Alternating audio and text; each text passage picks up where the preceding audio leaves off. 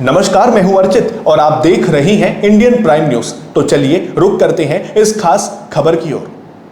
प्रधानमंत्री नरेंद्र मोदी ने आज बिहार और बंगाल के दौरे पर वो लकीर खींच दी जिसने आने वाले सालों की राजनीति तय कर दी है।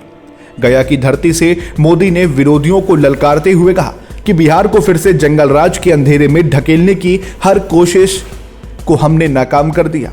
लेकिन प्रधानमंत्री का सबसे आक्रामक तेवर तब दिखा जब उन्होंने बंगाल की सीमाओं और वहां की सुरक्षा पर बात की।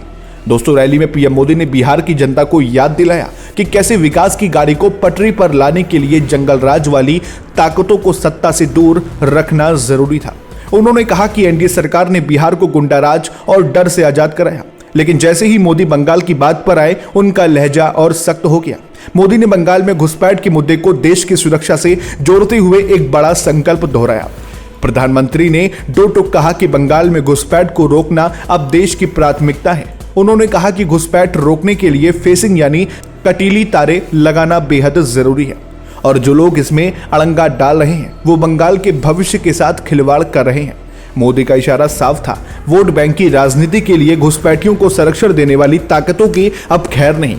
उन्होंने बंगाल की जनता को भरोसा दिलाया कि अब बंगाल को अराजकता और घुसपैठ से विदा करने का वक्त आ गया है।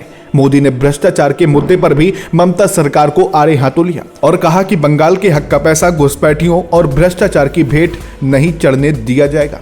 प्रधानमंत्री का ये भाषण साफ तौर पर एक्शन मोड की ओर इशारा करता है। ये साफ है कि बीजेपी अब बंगाल में सुरक्षा और घुसपैठ को सबसे बड़ा चुनावी मुद्दा बनाने जा रही है।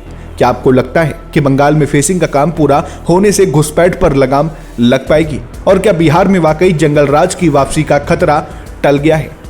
अपनी बेबाक राय हमें नीचे कमेंट बॉक्स में साझा करें।